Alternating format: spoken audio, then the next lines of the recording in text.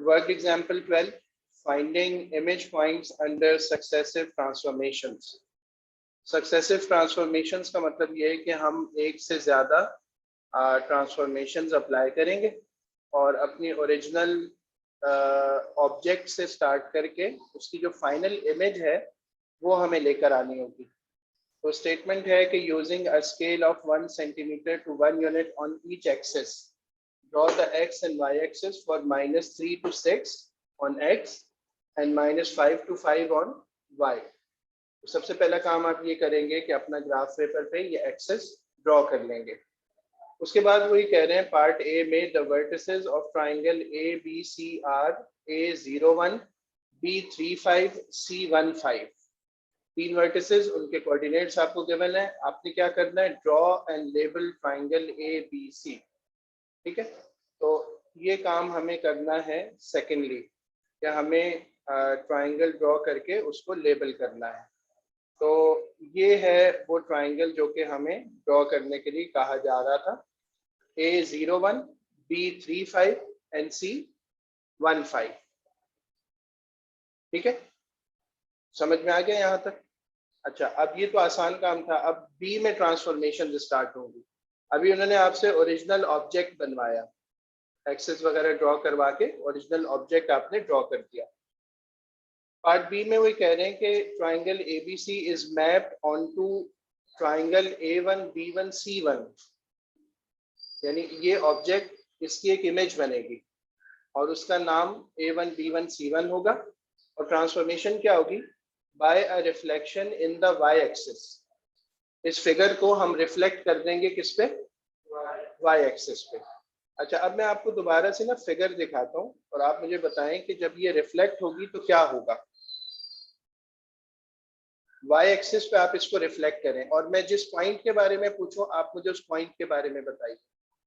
c के coordinates हैं इस वक्त 1, 5। जब ये रिफ्लेक्ट हो जाएगा तो इसके कोऑर्डिनेट्स क्या बनेंगे, अलोंग y एक्सिस ये रिफ्लेक्ट हो रहा है, -1, 5। देखें, जब भी y एक्सिस के अलोंग रिफ्लेक्शन होता है तो पॉइंट्स के y कोऑर्डिनेट्स नहीं चेंज होते, उनके x कोऑर्डिनेट्स भी चेंज नहीं होते, बस x कोऑर्डिनेट्स की क्या चेंज हो जाती है, साइन चेंज हो जाती है। तो रिफ्लेक्शन के बाद C डैश या C1 के कोऑर्डिनेट्स होंगे -1, 5। B1 के कोऑर्डिनेट्स क्या होंगे, -3, 5। और A के कोऑर्डिनेट क्या होंगे, 0, 1। इसका मतलब है कि 0 पे पॉइंट A पर कोई फर्क नहीं पड़ेगा। ठीक है, तो मैं आपको इसको रिफ्लेक्ट करके दिखाता हूँ। हमने इस ट्राइंगल को रिफ्लेक्ट करना है अलोंग y एक्सिस, ये हमने इसको रिफ्लेक्ट कर दिया। अब आप देखें, A1 के पॉइंट सेम है, B1 के पॉइंट्स -3, 5 है और C1 के पॉइंट्स क्या है, -1, 5। ठीक है, ये चूंकि हमारी सेकंड इमेज है तो मैं इसका कलर थोड़ा सा चेंज कर देता हूँ। यहाँ तक क्लियर हो गया आप सबको? ठीक है, कोई कंफ्यूजन तो नहीं है यहाँ तक? तो रिफ्लेक्शन में बस हमने यही करना होता है और हम ये बात पहले भी इससे पहले देख चुके हैं। ओके जी, नेक्स्ट अब क्वेश्चन पे चलते हैं। फिर वो कहते हैं कि triangle A1, B1, C1 is then translated to triangle A2, B2, C2। अब हम कौन सी ट्रांसफॉर्मेशन अप्लाई करने वाले, ट्रांसलेशन वाली। अच्छा, ट्रांसलेशन किस पे कराएंगे, रिप्रेजेंटेड बाय 6, 0। 6, 0 का क्या मतलब है, x कोऑर्डिनेट्स, y 0। सारे पॉइंट्स के x कोऑर्डिनेट्स में 6 ऐड हो जाएगा, जबकि y कोऑर्डिनेट्स 0 से ऐड, हाँ यानी सेम रहेंगे। y कोऑर्डिनेट सेम रहेंगे, x कोऑर्डिनेट में 6 ऐड हो जाएगा। मिसाल के तौर पर A1 जब ये ट्रांसलेट होगा तो आपको ये कहाँ नजर आएगा, फिर 6, 1 पे नजर आएगा। बात समझ में आ रही है? B1 ट्रांसलेट होके कहाँ नजर आएगा,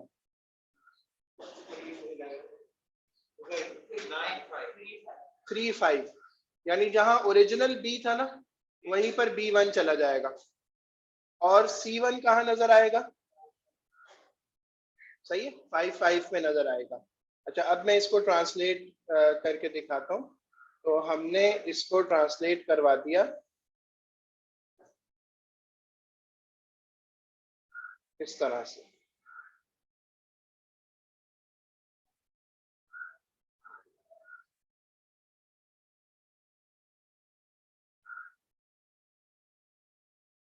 ट्रांसलेट क्यों? अच्छा हाँ, ये ट्रांसलेशन नहीं है, सॉरी। ओके, तो आपको इस फिगर को ट्रांसलेट करना है। ये देखिए जी,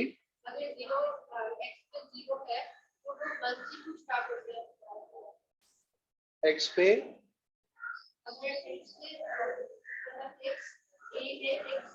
हाँ, नहीं आप कुछ और देख रही हैं। अभी जो मैं यहाँ पे दिखा रहा हूँ वो देखें। ओरिजिनल फिगर हमारी थी ये ब्लू वाली, उसको हमने रिफ्लेक्ट करवाया तो रेड वाली फिगर बन गई। अब हमने उसको ट्रांसलेट किया 6 units on the X axis. Y units के लिहाज से, वाई एक्सिस के लिहाज से वो ट्रांसलेट नहीं हो रही, तो वो अपनी ओरिजिनल प्लेस से 6 यूनिट ट्रांसलेट हो गई एक्स एक्सिस पर। यहाँ तक क्लियर हो गया आपको? ठीक है, तो देखें अब तक हमने क्या किया। Triangle ABC is mapped onto A1 B1 C by a reflection in the y-axis, वो हमने कर लिया था। फिर triangle A1 B1 C1 is then translated to triangle A2 B2 C2 by a translation T represented by 6 0, ये भी हमने कर लिया। थर्ड, अब वो कह रहे हैं कि draw triangle A1 B1 C1 and triangle A2 B2 C2 on your graph, वो भी हम कर चुके। State the single transformation that will map triangle ABC directly onto triangle A2 B2 C2। अभी हमने दो ट्रांसफॉर्मेशंस किए हैं। कह रहे हैं कि आप कोई एक ट्रांसफॉर्मेशन बता दें जिससे हम ये कह सकें कि ये directly original triangle final triangle पे ट्रांसलेट हुई हो जाएगी। क्या होगी वो? 2 ऐड कर दें। एक फजल भाई ने कहा कि 2 ऐड कर दें। नहीं, 2 ऐड नहीं करें, फिर इन्होंने कहा।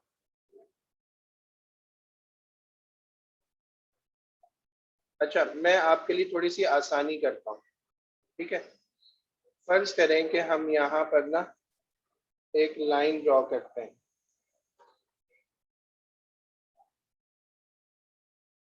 ठीक है। अब आप मुझे बताइए,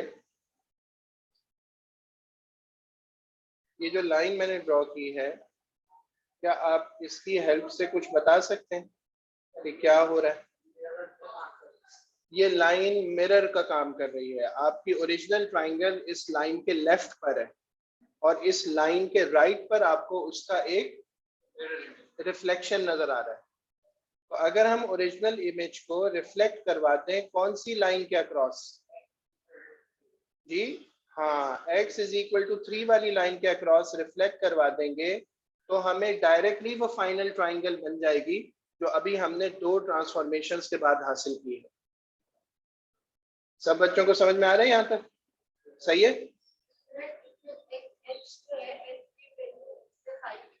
x की वैल्यू हाँ 5 है।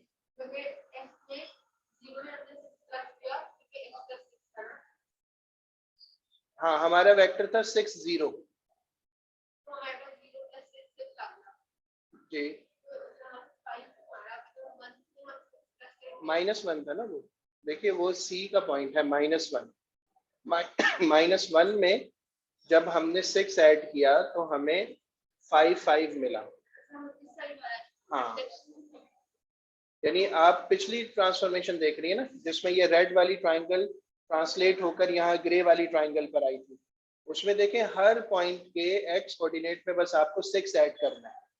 0 में ऐड करें तो वो 6 पे चला गया, -1 में ऐड करें तो वो 5 पे चला गया और -3 पर ऐड करें तो वो 3 पर आ गया। ठीक है, y कोऑर्डिनेट पे कोई फर्क नहीं पड़ेगा क्योंकि y axis of the vector वो 0 है। ट्रांसलेशन वेक्टर का y एक्सिस 0 है। अच्छा जी, अब इसके पार्ट C पर आते हैं।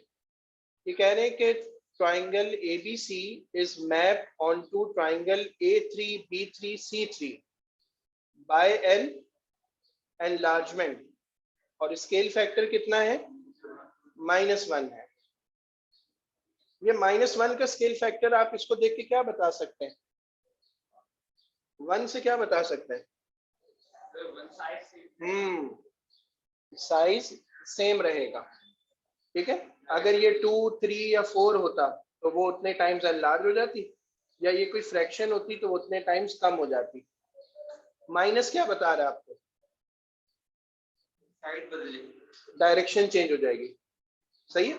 अच्छा अब देखें, एनलार्जमेंट किसी सेंटर ऑफ एनलार्जमेंट के लिहाज से होती है ना, तो सेंटर ऑफ एनलार्जमेंट क्या है? सेंटर एट, यानी अभी ये फिगर ओरिजिन से जिस तरह मौजूद है ऊपर की तरफ, जब ये हम एनलार्जमेंट करेंगे तो साइज पे फर्क नहीं पड़ेगा, बस वो अगर फर्स्ट क्वाड्रेंट में है तो वो कहाँ आ जाएगी?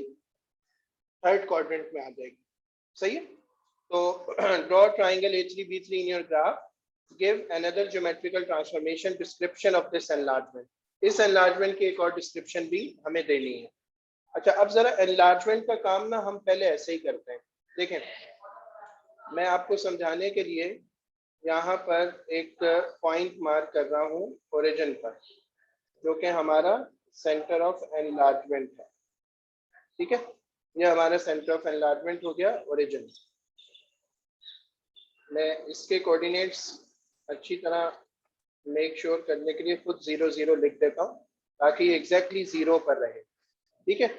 अच्छा बाकी पता नहीं हम इसका लेवल चेंज कर सकते हैं, नहीं कर सकते? हाँ कर सकते हैं, तो मैं इसको O कर देता हूँ और इसके मैं कोऑर्डिनेट्स भी शो कर रहा हूँ।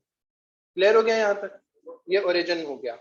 अच्छा अब आपको करना ये है कि मिसाल के तौर पर आपको एक लाइन ड्रॉ करनी है सेगमेंट पहले पॉइंट तक, फिर आपकी ट्राइंगल का सेकंड पॉइंट वो भी, और फिर आपकी ट्राइंगल का थर्ड पॉइंट, ठीक है।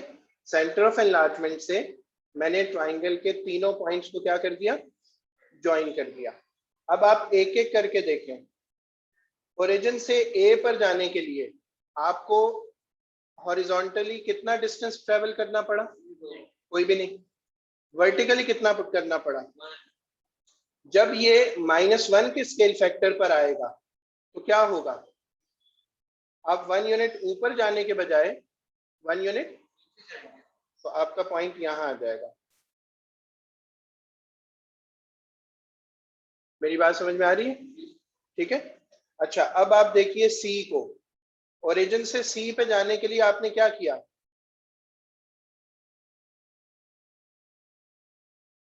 One unit horizontal and 1 2 3 4 5 units vertical.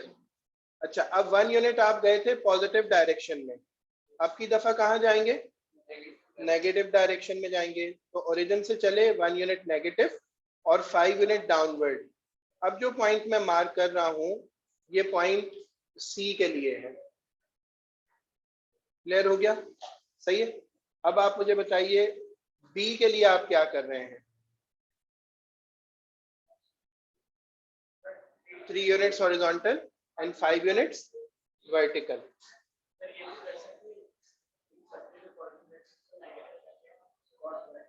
हाँ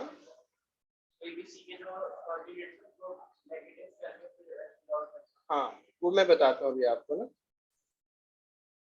तो एक मिनट में इसको जरा सही कर रहा हूँ, ये लाइन कुछ डिस्टर्ब हो गई है। x इज इक्वल टू 3 वाली लाइन पे, चलो ये हो गया। अच्छा अब देखिए -3 और -5 पे हमें जाना है। तो -3 और -5 का जो पॉइंट है वो ये आ गया आपके पास। अब ये 3 पॉइंट्स आपने मार्क कर लिए। फाइनली आपको क्या करना है? इन तीनों को ज्वाइन कर देना है, ठीक है। और इस तरह मैंने इसको फाइनली ज्वाइन कर दिया। तो ये वाली जो ट्राइंगल बनी है ये हमारी वो थर्ड वाली ट्राइंगल है जो कि हमसे रिक्वायर्ड थी। इसका कलर भी मैं कुछ इस तरह, सही है। ये वाली ट्रांसफॉर्मेशन समझ में आ गई, ठीक है। अब मैं आपको ना ये डायरेक्टली भी करके दिखाता हूँ क्योंकि जियोजेब्रा में इसका फंक्शन है। तो मिसाल के तौर पर फिलहाल हम ये 3 पॉइंट्स हटा देते हैं जो मैंने मार्क किए थे आपको समझाने के लिए। अच्छा, अब आ जाए, हमें इसको करना है एक खास स्केल फैक्टर से एनलार्ज। तो ट्रांसफॉर्मेशन में हम आए, हमने ये फंक्शन लिया, ऑब्जेक्ट को लिया, सेंटर ऑफ एनलार्जमेंट लिया, ये स्केल फैक्टर हमसे मांग रहा है, तो हमने -1 का स्केल फैक्टर रखा और इसने लाकर उसको उसी लिहाज से यहाँ पर प्लॉट कर दिया। ठीक है, अब यहाँ इस तरह करने का बस फायदा ये हुआ कि हमें कोऑर्डिनेट्स वगैरह पहले से लिखे हुए नजर आ रहे हैं। सबको समझ में आ गया?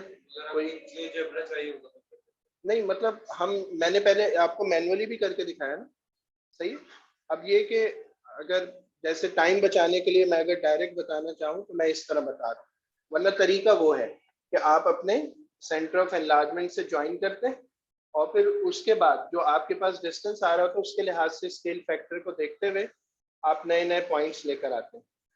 अच्छा जी, अब इसका जो लास्ट पार्ट था वो ये था कि आप इसको जो है ना एक और ट्रांसफॉर्मेशन के जरिए से भी बताएं। तो आपके ख्याल में क्या हो रहा है?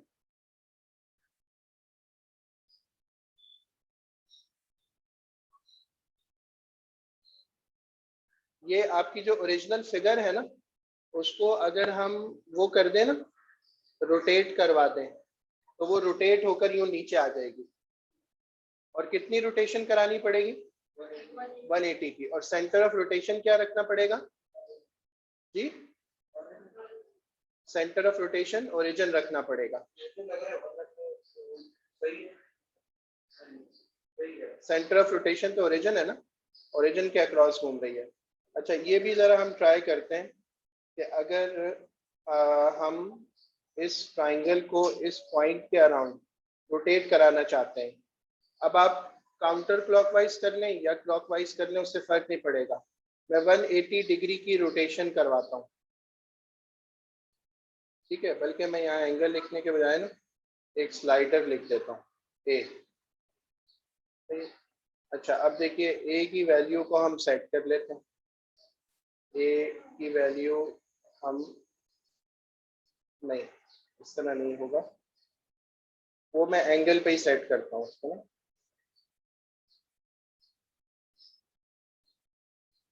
ठीक, दोबारा से देख लेते हैं। हम इसको करवा रहे हैं रोटेट अराउंड द पॉइंट। ये हमने ट्राइंगल ली, ये ओरिजिन सेंटर ऑफ रोटेशन लिया और हमने इसको रख दिया 180 डिग्री। तो देखें रोटेट होकर वो फिगर वहीं पर आ गई। सही है, समझ में आ गया आपको? ठीक है। अच्छा, इसको ना ये काम मैं रोटेट होते हुए दिखा भी सकता हूँ आपको, लेकिन उसके लिए हमें लेना होगा एक स्लाइडर। तो मिसाल के तौर पर यहाँ हम स्लाइडर ले लेते हैं एंगल का 0 से 180 डिग्री, और स्लाइडर का नाम चेंज कर लेते हैं। स्लाइडर को हम ए कह देते हैं। ओके जी, तो अभी मैं इसको 0 पे सेट कर लेता हूँ।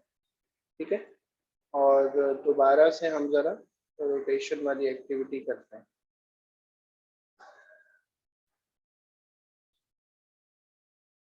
अब मैंने वो सारे पॉइंट्स हटा दिए। अच्छा, अब हमें इसको करवाना है रोटेट।